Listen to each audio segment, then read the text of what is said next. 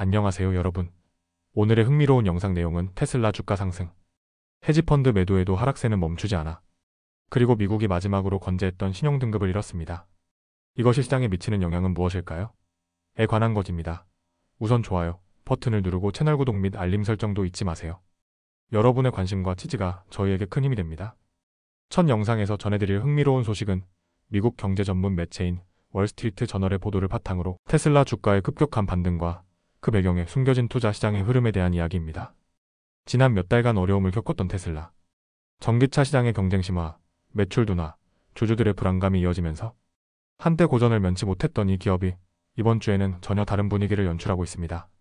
테슬라의 주가는 금요일 기준 2.1% 상승하며 349달러 선에 마감했고, 이로써 이번 주 전체 상승률은 무려 17.3%에 달했습니다. 이는 4주 연속 상승세이자 올해 들어 가장 강력한 주간 반등 중 하나로 기록되고 있습니다. 그 배경에는 무엇이 있을까요? 우선 지난달 말 발표된 1분기 실적이 기대에 미치지 못했음에도 불구하고 테슬라는 두 가지 중요한 메시지를 시장에 던졌습니다. 첫째, 더욱 저렴한 전기차 모델을 출시하겠다는 계획을 고수했고, 둘째, 그간 소문만 무성했던 로보택시 서비스를 실제로 6월부터 미국 텍사스 오스틴에서 시작하겠다는 구체적인 일정까지 발표했습니다. 바로 이 로보택시 계획이 시장의 기대를 크게 끌어올렸습니다. 여기에 또 하나, 미중 간 무역 긴장 완화 소식도 투자 심리에 긍정적인 영향을 미쳤습니다. 투자운 용사 디버터 에셋 매니지먼트의 공동 창립자인 짐 먼스터는 최근 소셜미디어의 승차 호출 시장이 테슬라에게 엄청난 기회가 될 수 있다고 강조했습니다. 그는 이렇게 덧붙였습니다.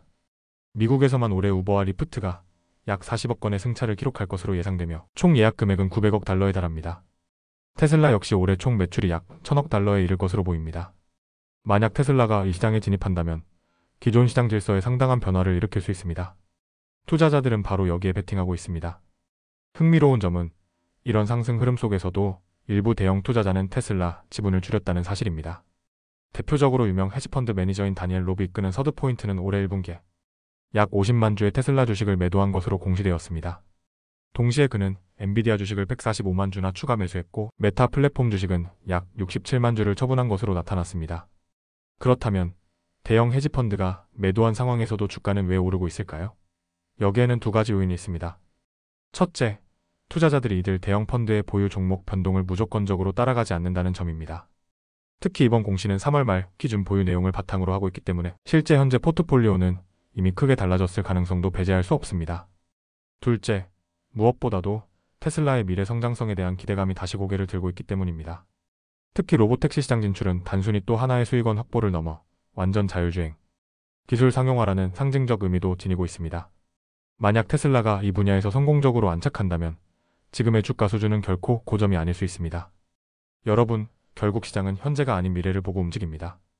지난 분기 실적이 다소 실망스러웠더라도 미래의 수익 모델이 뚜렷하다면 그것이 곧 주가 반등의 원동력이 될 수 있습니다. 테슬라는 이번 주 그 가능성을 다시금 투자자들에게 각인시킨 셈입니다.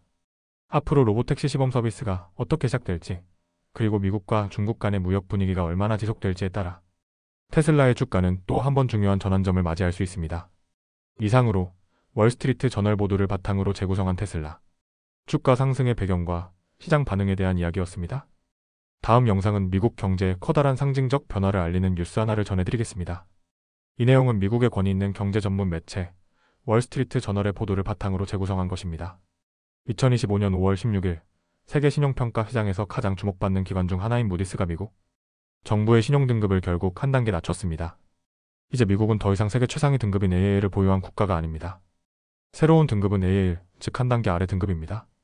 여기서 중요한 점은 무디스는 마지막까지 미국의 AA 등급을 유지해주던 기관이었다는 점입니다.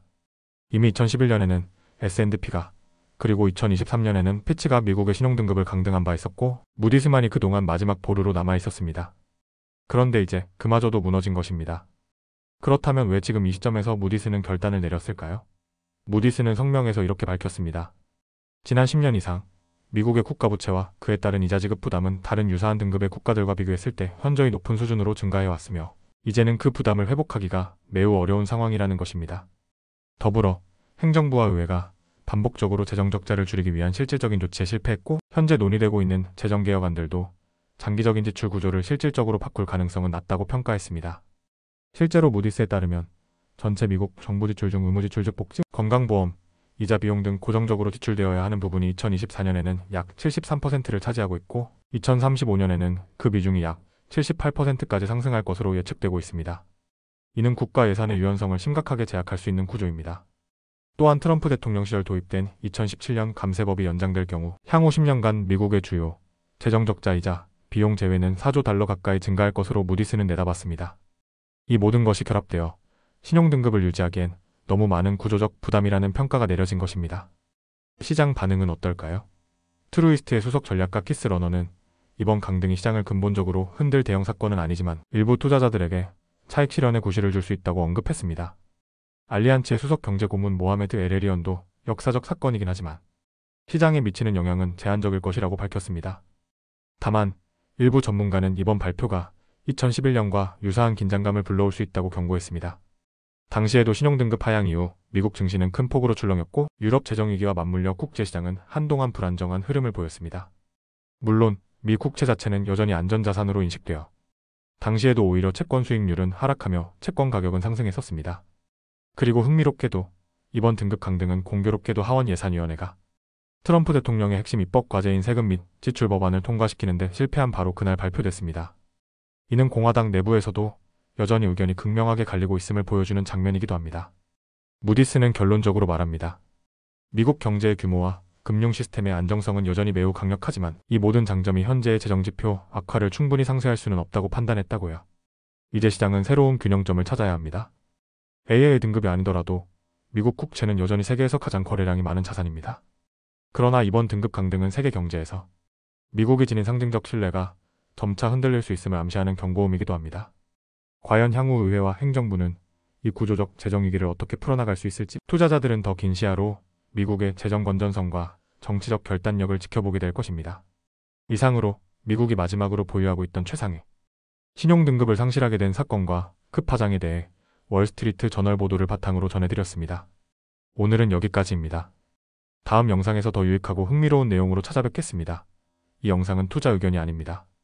매우 감사합니다.